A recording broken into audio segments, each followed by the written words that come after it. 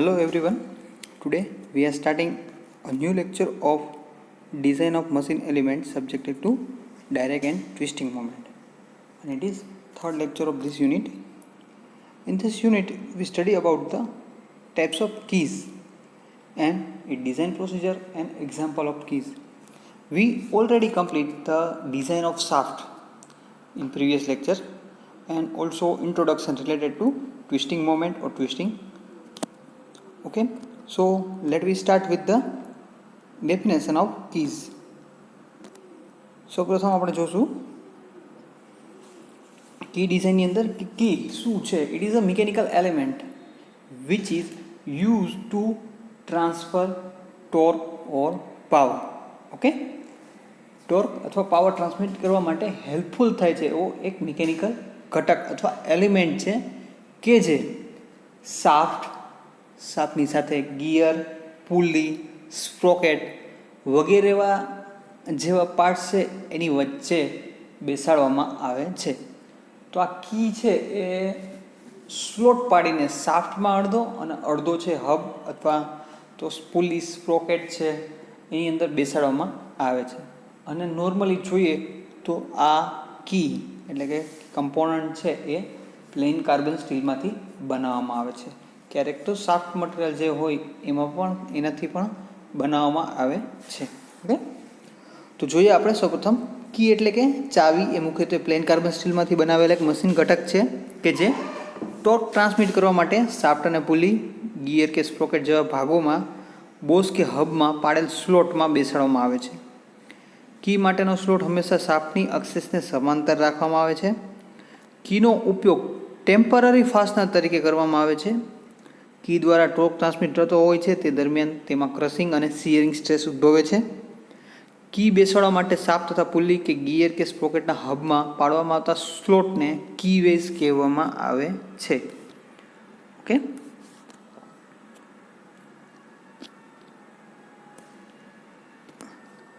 કી way બરાબર એટલે કે ચાવી ગાળો છે, કી વેઝ છે એ પાડી અને એની અંદર બેસાડવામાં આવે છે. મીન્સ કે કોઈ શાફ્ટ હશે તો એ શાફ્ટને પેરેલલ બરાબર એની સેન્ટર લાઈન હશે ત્યાં આ રીતે ખાંચો પાડીને બેસાડવામાં આવે છે, ખાંચો પાડવામાં આવે છે.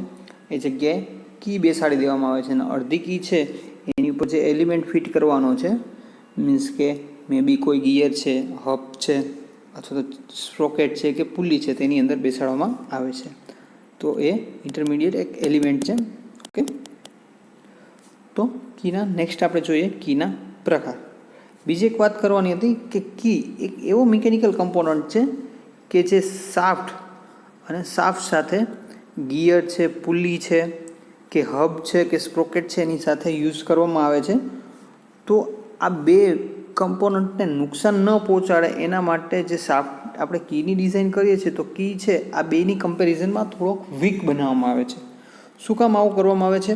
તો કે જેને લીધે શું થશે તો કે જ્યારે કોઈ પણ પ્રકારનો ટોર્ક અથવા તો લોડ વધી જાય છે, પાવર ટ્રાન્સમિશન દરમિયાન ટોર્ક વધી જાય છે, તો જે કમ્પોનન્ટ ફેલ થશે એ શું થશે તો કે કી ફેલ થશે. અને કી છે એ કિંમતમાં સસ્તી હોય છે, ઇઝીલી એને આપણે ચેન્જ કરી શકીએ છીએ જેના દ્વારા તે શાફ્ટ, સ્પ્રોકેટ અથવા પુલી કે ગિયર કે હબને નુકસાન નથી પહોંચાડતું. એટલા માટે કીની ડિઝાઇન છે એ શાફ્ટ અને બીજો જે કમ્પોનન્ટ છે એની સાથે મેચ થતો છે એની કમ્પેરિઝનમાં વીક કરવામાં આવે છે, તો નબળી રાખવામાં આવે છે. આ વાતનું ખાસ ધ્યાન રાખશું, પ્રેક્ટિકલ વસ્તુ છે. નેક્સ્ટ આપણે જોઈએ ટાઈપ્સ ઓફ કી, કીના પ્રકાર. કીના પ્રકાર છે તે શાફ્ટ અને હબ સાથેની એસેમ્બલીના આધારે તેના પ્રકાર છે આપણે જોઈએ તો સૌપ્રથમ છે શંક કી બરાબર, જેની અંદર આવે છે પેરેલલ કી, ગિબ હેડેડ કી, ફેધર કી, વુડરફ કી. પેરેલલની અંદર રેક્ટેન્ગ્યુલર, સ્ક્વેર અને રાઉન્ડ કી. એના ઉપયોગ છે એના આધારે એના ટાઈપ્સ પાડેલા છે, આપણે એક એક વિશે સમજશું. નેક્સ્ટ છે સેડલ કી. સેડલ કીની અંદર સેડલ અને ફ્લેટ કી છે. આ ઉપરાંત ટેપર કી કે જે કી છે એની લંબાઈ દરમિયાન એની અંદર છે એ ટેપર આપેલું હોય છે. અને લાસ્ટમાં છે સ્પ્લાઇન. તો એની અંદર સ્ક્વેર અને વી સ્પ્લાઇન, ઇન્ટરનલ ને એક્સટર્નલ. તો આ બધા પ્રકાર છે કીના છે. ઓકે, તો હવે આપણે સ્ટેપ બાય સ્ટેપ છે એક એક કી છે એની ફિગર સાથે સમજીએ કે કી શું કહેવા માગે છે, ક્યાં એનો ઉપયોગ કરવામાં આવે છે. સૌપ્રથમ છે શંખ કી. તો શંખ કીની અંદર આપણે જોયું શંખ કીના જે પાર્ટ છે મીન્સ ટાઈપ્સ છે પેરેલલ, ગિવ હેડેડ, ફેધર અને વુડરફ કી. ઓકે, તો આ પ્રકારની કી છે એ અડધો ભાગ છે શાફ્ટમાં બેસાડવામાં આવે છે અને અડધો ભાગ છે કીવે કે પુલ્લી અથવા તો ગિયરના હબના બોસની અંદર બેસાડવામાં આવે છે. તો આ પ્રકારની કીને આપણે શંખ કી કહીએ છીએ. તમે ફિગર ABCની અંદર તમે ABCDની અંદર તમે જોઈ શકો છો. આ બધી છે એ શંખ કીના પ્રકાર છે, જેની અંદર સૌપ્રથમ છે રેક્ટેન્ગ્યુલર કી. તમે જોઈ શકો છો કે એના શેપના આધારે એનું નામ આપવામાં આવેલું છે. મીન્સ તેની પહોળાઈ અને થિકનેસ છે એ સરખી હોય છે. પેરેલલ કી છે, સ્ક્વેર કી છે, રાઉન્ડ કી છે વગેરે જે કી છે એનો ઉપયોગ કઈ જગ્યાએ કરવામાં આવે છે તો કે આનો ઉપયોગ છે હેન્ડલ વગેરે ફિટ કરવા માટે આ પ્રકારની કીનો ઉપયોગ કરવામાં આવે છે. બરાબર.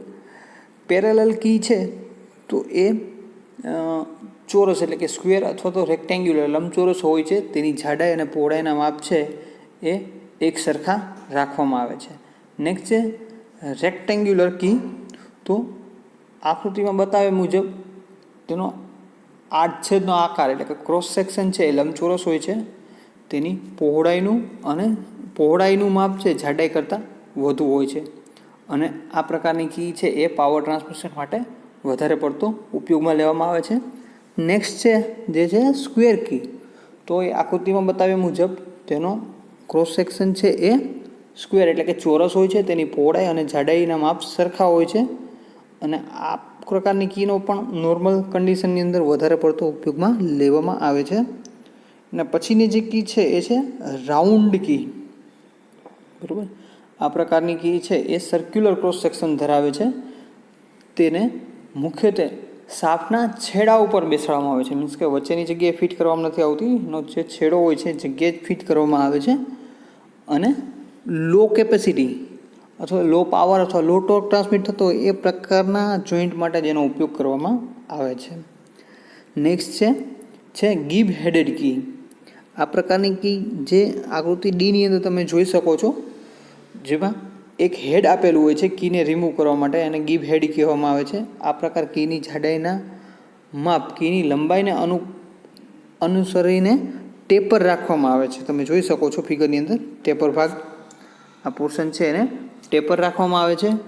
વધુ કેપેસિટીવાળા ટોર્ક ટ્રાન્સમિટ કરવા માટે આ પ્રકારની કીનો ઉપયોગ કરવામાં આવે છે. જેમ કે ફ્લાયવ્હીલ છે, મોટી સાઇઝની પુલી, ગિયર વગેરે માટે છે આ પ્રકારની કીનો ઉપયોગ કરવામાં આવે છે.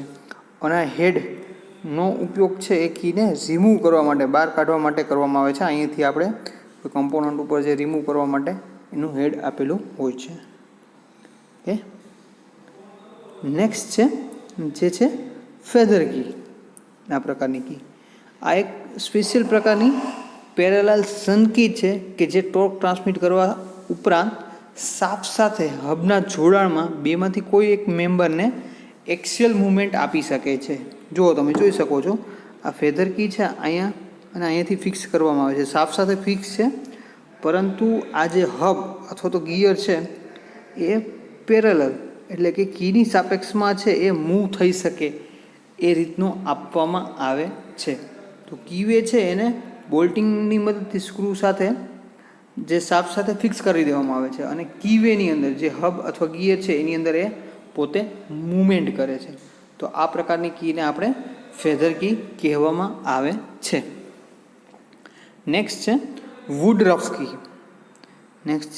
વુડરફ કી. આ પ્રકારની કી છે એ ગોળાકાર ડિસ્કનો એક અડધો ભાગ છે એ પ્રકારની કી છે જે શાફ્ટમાં તેને અનુરૂપ બનાવેલ ગોળાકાર ગ્રુવમાં બેસાડી અને કીનો ફ્લેટ ભાગ હબમાં પડેલ કી વેમાં બેસાડવામાં આવે છે. ઓછી લંબાઈવાળી શાફ્ટમાં, ટેપર છેડાવાળી શાફ્ટમાં તથા ટૂલ્સ અને ઓટોમોબાઈલ એસેમ્બલીમાં આ પ્રકારની કીનો ઉપયોગ કરવામાં આવે છે.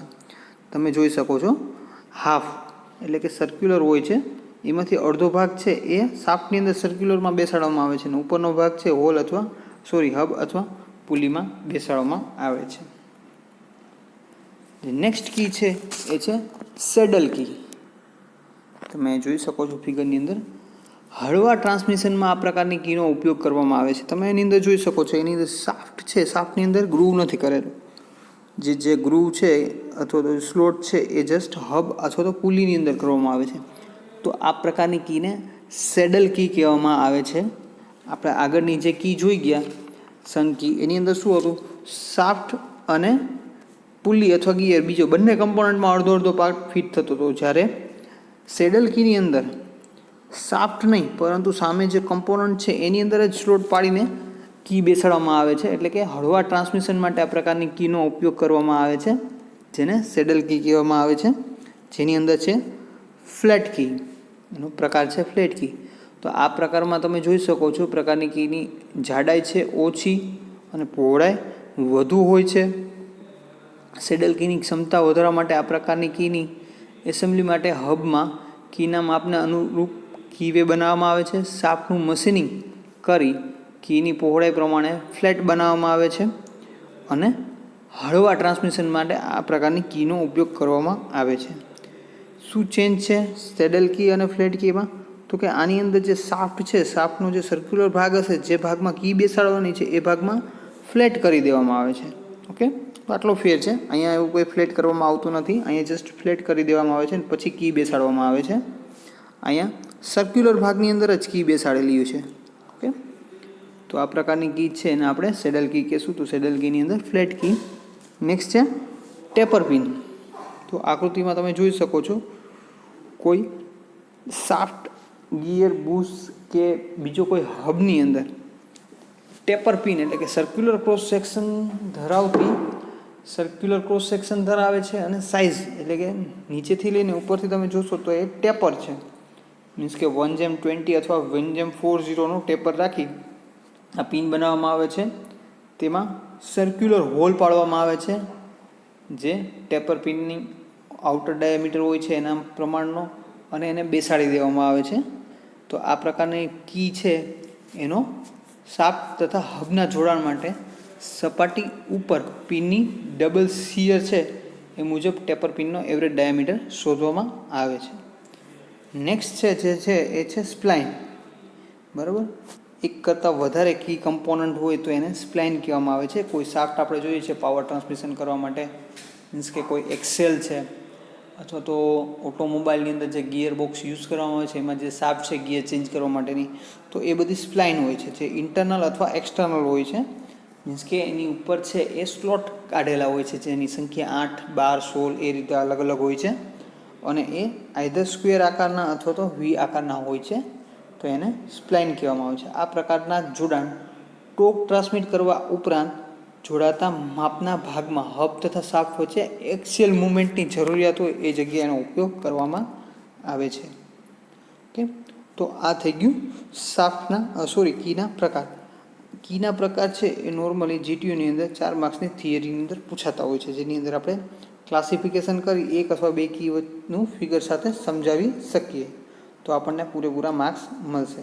ઓકે, નેક્સ્ટ હવે જોઈએ તો કે ડિઝાઇન ઓફ કીની ડિઝાઇન જોઈએ. તો બધી જ કમ્પોનન્ટને આપણે ડિઝાઇન જોઈએ છીએ એ પ્રમાણે સૌ પ્રથમ આપણે કીની ડિઝાઇન જોશું.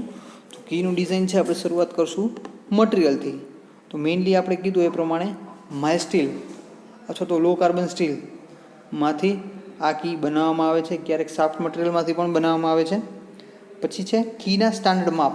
કી છે અને અમુક ફિક્સ સ્ટાન્ડર્ડ માપ નક્કી કરેલા છે, જે શાફ્ટના ડાયામીટર આધારે નક્કી કરવામાં આવે છે. તો એ શું છે? તો એ છે સૌપ્રથમ આપણે જોઈએ છીએ તો કે you, capital you is equal to શું કીધું તો કે D+12. શું છે ડી? તો કે D is equal to shaft diameter +12 કરશો એટલે આપણને યુ મળશે. જે કમ્પોનન્ટનો આપણે યુનો યુઝ કરીને આપણે કીની ડિઝાઇન કરવાની છે. બરાબર, અને સેકન્ડ છે એલ. તો કે કીની લંબાઈ કેટલી રાખવી? તો કીની લંબાઈ છે 0.75D થી લઈને 1.5D સુધી રાખી શકો. ઓકે, તો હવે આપણે જે યુ કીધું તો એ યુનો યુઝ શું છે? તો આપણે જોઈ શકીએ કે ભાઈ રેક્ટેન્ગ્યુલર કી છે તો એના માટે પહોળાઈ ડબલ્યુ છે, તો એ કેટલી રાખવી? W is equal to U/4. You જે આપણને મળેલો છે ઇન્ટુ 4. મીન્સ કે આપણે જે કોઈ એક શાફ્ટ છે જેનો ડાયામીટર 50 mm છે, તો એના માટેનો યુ શું થશે? તો કે D+12. ડી પ્લસ 12 એટલે કે 50 plus 12 is equal to 62 mm. શું થશે? 62 mm.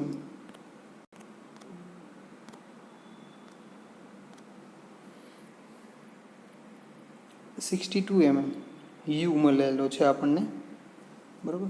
તો હવે ડબલ્યુ એટલે કે કીની પહોળાઈ કરવાની છે, તો U/4 એટલે 62/4 કરશો એટલે આપણને એની પહોળાઈ મળશે.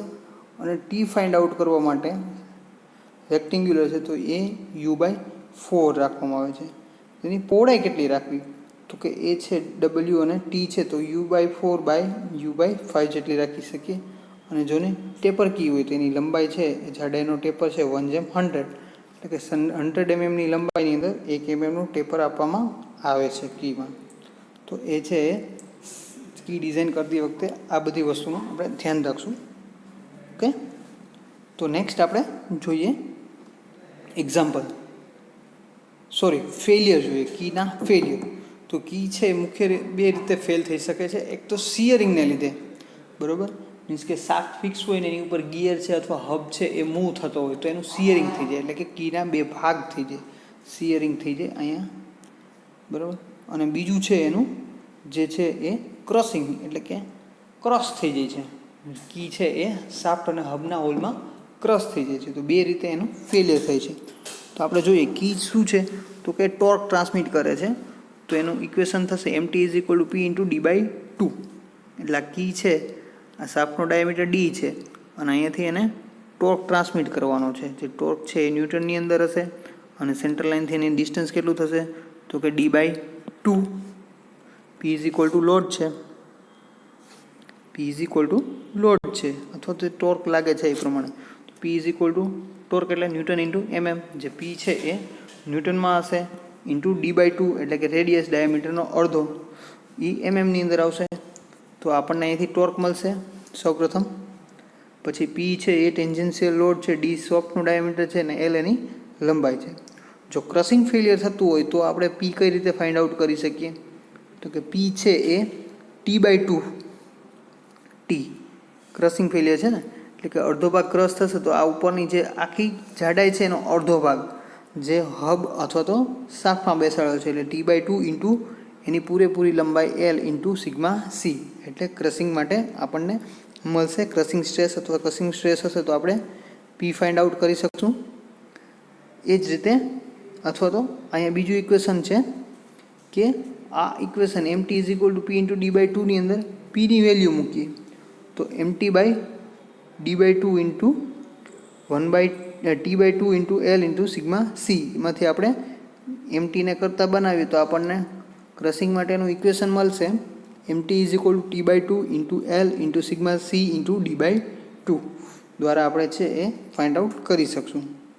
પાછું એક વખત રિપીટ કરું, ટોર્ક આપણને મળેલો છે તો આપણે ફાઇન્ડ આઉટ કરવા માટે T/2 એટલે કે જે થિકનેસ છે એનું અડધું ઇન્ટુ L એટલે લંબાઈ, σc એટલે ક્રશિંગ સ્ટ્રેન્થ ઇન્ટુ D/2 એટલે કે ડાયામીટરનો અડધો જે રેડિયસ છે એ, જેમાં σc છે એ ક્રશિંગ છે. અને એ જ રીતે એનું સિયરિંગ થતું હોય, સિયરિંગ માટે ટાઉ લાગુ પડશે તો એના માટેનું ઇક્વેશન બનશે P = W × L × tau. W એટલે કે એની પહોળાઈ, L એટલે કે એની લંબાઈ ઇન્ટુ ટાઉ.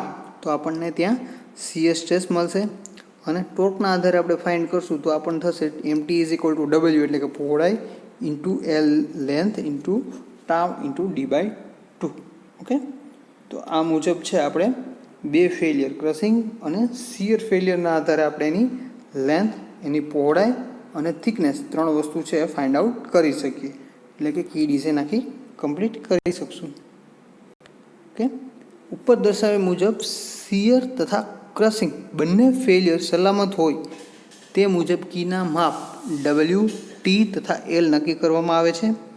ઇન્ડિયન સ્ટાન્ડર્ડ પ્રમાણે પેરેલલ કી માટેના સ્ટાન્ડર્ડ માપ ઉપલબ્ધ છે, જે શોધવામાં આવેલ માપને નજીકના સ્ટાન્ડર્ડ માપમાં ફેરવવામાં આવે છે. એટલે કે આપણને જે ડાયમેન્શન મળેલા છે એના માટે જે ઇન્ડિયન કે IS દ્વારા જે ડાયમેન્શન કીના આપેલા છે એની સાથે કમ્પેર કરવાના અને આસપાસના જે નજીકના સ્ટાન્ડર્ડ માપ હોય એના માટે આપણે કીના સાઇઝ છે એ સિલેક્ટ કરી શકીએ. ઓકે,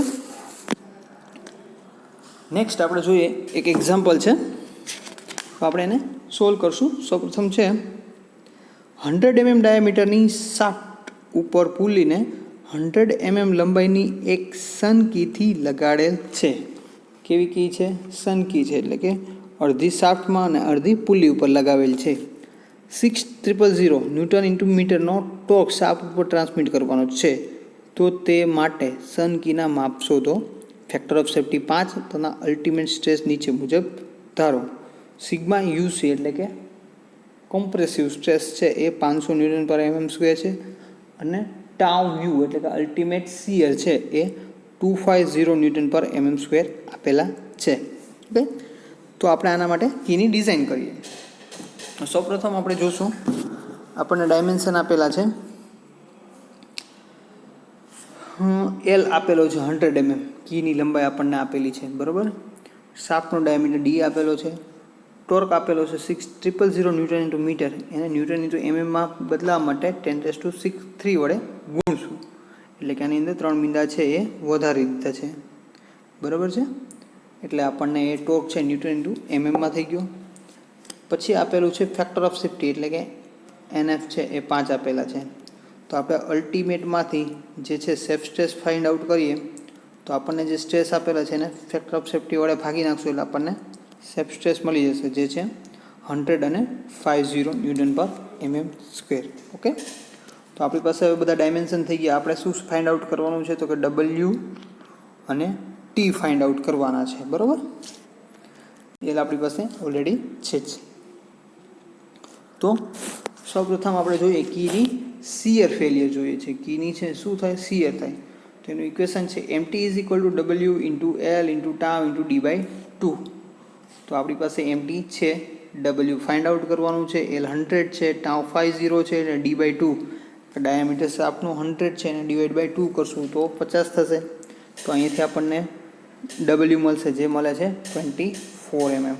ઓકે, શું કર્યું? સિમ્પલ જે ક્રશિંગ શિયર ફેલિયર થાય છે એના આધારે ટોર્ક ઉપરથી આપણે ફાઇન્ડ આઉટ કર્યું, જેથી આપણને W મળી જાય છે. એલ આપેલો છે એટલા માટે, બાકી ના મળત. નેક્સ્ટ આપણે ફાઇન્ડ આઉટ કરવાનું છે ની ક્રશિંગ ફેલિયર એટલે કે સિગ્મા સી વાળી. તો એના માટે ટોર્કનું ઇક્વેશન છે MT = T/2 × L × sigma C × D/2. તો MTની વેલ્યુ છે T/2, L 100, સિગ્મા સી 100 અને 100 D/2, બરાબર. તો આપણે અહીંયા ટી છે એને ફાઇન્ડ આઉટ કરવા માટે જોશું, બીજા બધું મૂકશું તો આપણને ટી મળે છે 24 mm. એટલે કે આપણે જે ડિઝાઇન છે એ કેવી થશે? તો કે સ્ક્વેર કી થશે. કેવી થશે? સ્ક્વેર કી, જેની થિકનેસ છે ટી છે અને પહોળાઈ છે એ W છે, જે બંને આપણને મળે છે 24 mm, બરાબર. તો આપણે અહીંયા આન્સર આવશે કીના 8/માં W = 24 અને T = 24. સાવ સિમ્પલ. આપણે જસ્ટ બે ઇક્વેશનનો યુઝ કર્યો. સૌપ્રથમ આપણે ડેટા આપ્યા હતા, એમાંથી ફેક્ટર ઓફ સેફ્ટીનો યુઝ કરીને સેફ સ્ટ્રેસ ફાઇન્ડ આઉટ કર્યા. પછી કીના બે જ પ્રકારના ફેલિયર છે, એટલે કે શિયર ફેલિયર અને ક્રશિંગ ફેલિયર. તો એ બેના જે ટોર્કના ઇક્વેશન છે એ યાદ રાખશું. MT = W × L × tau × D/2, જે આપણને શિયર ફેલિયર દ્વારા મળશે, ત્યાંથી આપણને W મળે છે. અને બીજું છે ક્રશિંગ ફેલિયર. તો એનું ઇક્વેશન છે MT = T/2 × L × sigma C × D/2, જેની મદદથી આપણને ટી મળશે. તો અહીંયા ટી અને W બંને સરખા મળે છે, એટલે કે આપણી કી છે એ સ્ક્વેર કી બને છે. ઓકે, જોઈએ આપણે બીજો એક્ઝામ્પલ એક. નેક્સ્ટ છે 1200 ન્યૂટન ઇન્ટુ મીટર નો ટોર્ક પુલ્લી પર ટ્રાન્સમિટ કરવા માટે શાફ્ટની સ્ક્વેર કી સહિતની ડિઝાઇન કરો. શાફ્ટ તથા કી માટે સલામત સ્ટ્રેસ નીચે મુજબ છે. તો આપણે અહીંયા પહેલાં શાફ્ટની ડિઝાઇન કરવાની છે, પછી કીની ડિઝાઇન કરવાની છે. ઓકે, તો આ બધું કન્ટિન્યુઅસ ચાલતું હશે, મીન્સ કે શાફ્ટની ડિઝાઇન, કીની ડિઝાઇન, કમ્પ્લીટ ડિઝાઇન, પાછળ એવો એક્ઝામ્પલ આવી શકે આખો. તો આપણે જોઈએ શું આપેલું છે. તો પહેલાં આપણે જોઈએ ટોર્ક આપેલો છે 1200 ન્યૂટન ઇન્ટુ મીટર. એને આપણે કન્વર્ટ કરશું ન્યૂટન ઇન્ટુ એમએમમાં, એટલે કે 10⁻³ વડે ગુણશું એટલે આપણને 125 times 0 into newton into MM. બીજું આપણને આપેલું છે શું છે, સિગ્મા સી અને ટાઉ આપેલા છે. તો આપણે શાફ્ટની ડિઝાઇન ટોર્કના આધારે કરતા હતા તો શું કરતા હતા, તો એનું સ્ટાન્ડર્ડ ઇક્વેશન હતું π/16 d³ ઇન્ટુ ટાઉ, બરાબર. mt ઇઝ ઇક્વલ ટુ, તો અહીંયા આપણે π/16 d³ ઇન્ટુ ટાઉ છે 50 છે, mt આપણી પાસે છે તો બધી વેલ્યુ આપણે પુટઅપ કરશું. 125 ટાઈમ્સ 0 π/16 d³ ઇન્ટુ 50, તો આપણને અહીંયા ડી મળે છે એમાંથી 49.6, જેને રાઉન્ડ અપ આપણે કરીએ છીએ તો આપણને 50 mm મળે છે શાફ્ટનો ડાયામીટર. ઓકે, તો અહીંયા આપણે શાફ્ટ માટે બીજું કંઈ ગણતરી વધારે કરવાની જરૂર નથી, જે આપેલા ડેટા છે એમાંથી જ આપણને શાફ્ટ ડાયામીટર મળે છે.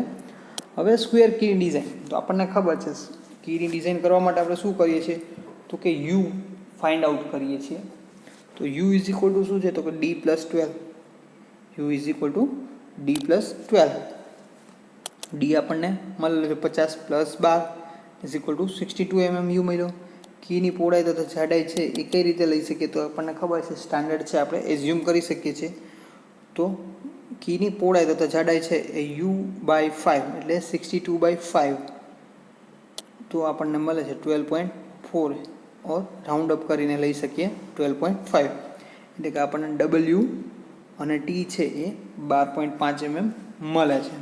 તો હવે આપણે એને ચેક કરશું કે આપણે મળેલા ડાયમેન્શન છે એ સાચા છે કે નહીં. તો એના માટે આપણે શું કરીએ છીએ, તો કે શિયરિંગ ફેલિયરનું જે ટોર્કનું ઇક્વેશન છે એ યુઝ કરશું. mt is equal to w into L into tau into d/2. તો આપણે અહીંયા શું કરશું, સોરી આપણી પાસે હજી એલ નથી, તો એલનો પણ આપણે ફાઇન્ડ આઉટ કરી શકીએ પહેલાં. તો mt into w into L into tau into d/2. તો અહીંયાથી આપણને એલ મળે છે જે છે એ 77 mm છે, બરાબર. અને આપણે અહીંયા ચેક કરીએ કે ભાઈ આપણને જે વસ્તુ મળે છે અથવા જે ક્રશિંગ ફેલિયર છે એના આધારે આપણે લંબાઈ ફાઇન્ડ આઉટ કરીએ તો કેટલી મળે છે. તો અહીંયા આપણે મૂકીએ છીએ સેકન્ડ કે ભાઈ mt is equal to t/2 into L into sigma C into d/2. તો એમટીનું ઇક્વેશન મૂક્યું, ટી છે 12.5 છે, એલ આપણે ફાઇન્ડ આઉટ કરવાનો છે, સિગ્મા સી 100 છે અને d/2 5/50/2 ઇઝ ઇક્વલ ટુ અહીંયા પણ આપણને 76.8 mm મળે છે, 77 ઓર 78. તો સ્ક્વેર કીના માપ છે આપણને મળે છે અહીંયા L is equal to 77, W અને ટી છે એ 12.5 mm મળે છે. તમે આ માપને ચેક પણ કરી શકો છો. આ ઇક્વેશનની અંદર છે એ 12.5 ન મૂકો અને એલ ને બધી વસ્તુ બીજી ફૂલઅપ કરી દો, અને અથવા તો આ બધી વસ્તુ મૂકી અને તમે અહીંયા સ્ટ્રેસની વેલ્યુ છે એ ચેક કરી શકો છો કે સ્ટ્રેસ છે ડિઝાઇન સ્ટ્રેસ કરતાં ઓછો આવે છે, તો આપણી ડિઝાઇન સેફ છે. ઓકે, તો આ રીતના 4 માર્ક્સના કી ડિઝાઇન માટેનો જે ઇક્વેશન એક્ઝામ્પલ છે એ જીટીયુની એક્ઝામની અંદર પૂછાતા હોય છે. ઓકે, તો અહીંયા આપણે આ ચેપ્ટર છે મીન્સ કે આ પોર્શન છે એ કમ્પ્લીટ કરીએ છીએ. આ પોર્શનની અંદર જીટીયુના ક્વેશ્ચન જોવા જઈએ તો સૌ પ્રથમ છે એ કીનું ક્લાસિફિકેશન 4 માર્ક્સ માટે પૂછવામાં આવે છે, ક્લાસિફિકેશન ઓફ કી. અને જે બીજું છે એ છે ડિઝાઇન ઓફ કી અથવા તો એનો એઝપ્શન, કે જે આપણે યુ ઇઝ ઇક્વલ ટુ લીધું કે ભાઈ d/12, અને જે ડબલ્યુ અને ટી છે તો એ આપણે લઈ શકીએ u/4 અથવા u/5 લઈને કરી શકીએ. તો એ એઝપ્શન પૂછાય છે અને એક છે એક્ઝામ્પલ પૂછે છે. એટલે કીમાંથી આપણને જોવા જઈએ તો જીટીયુની એક્ઝામમાં કમ્પલસરી 4 માર્ક્સનો ક્વેશ્ચન છે એ પૂછાશે કીમાંથી. સાવ સિમ્પલ અને નાના સ્ટેપની અંદર આખું યુનિટનો ટોપિક આપેલો છે. હવે આગળના લેક્ચરમાં આપણે જોશું જે છે એ કપલિંગ, જે નેક્સ્ટ કમ્પોનન્ટ આવે છે તો એની અંદર આપણે કપલિંગ, ટાઈપ્સ ઓફ કપલિંગ એટલે કે ક્લાસિફિકેશન, એના ઉપયોગો, પર્પઝ, એની રિક્વાયરમેન્ટ, કમ્પ્લીટની જરૂરિયાત શું છે એટલે કે એની રિક્વાયરમેન્ટ, પછી બધી કપલિંગમાંથી આપણે સ્લીવ કપલિંગ અથવા મફ કપલિંગ અને ફ્લેંજ કપલિંગની ડિઝાઇન કરવાની છે, એટલે કે એની ડિઝાઇન પ્રોસિજર, એની ફેલિયર, આકૃતિ સાથે જે શોર્ટ નોટ પૂછે છે એ, અને એના એક્ઝામ્પલ છે એ નેક્સ્ટ લેક્ચરની અંદર આપણે જોશું. ઓકે, તો આજના લેક્ચરની અંદર આપણે બીજો કમ્પોનન્ટ એટલે કે કી ડિઝાઇન છે એના વિશે સ્ટડી કરેલું છે. એની આગળના ચેપ્ટરની અંદર લેક્ચરની અંદર આપણે શાફ્ટ ડિઝાઇન શીખી ગયા છીએ. તો આપણે અહીંયા આ યુનિટની અંદરના 2 કમ્પોનન્ટ છે આપણે કમ્પ્લીટ કરીએ છીએ. નેક્સ્ટ કમ્પોનન્ટ આપણો છે એ છે કપલિંગ, જે હવે પછીના લેક્ચરમાં આપણે સ્ટાર્ટ કરીશું. Okay, thank you.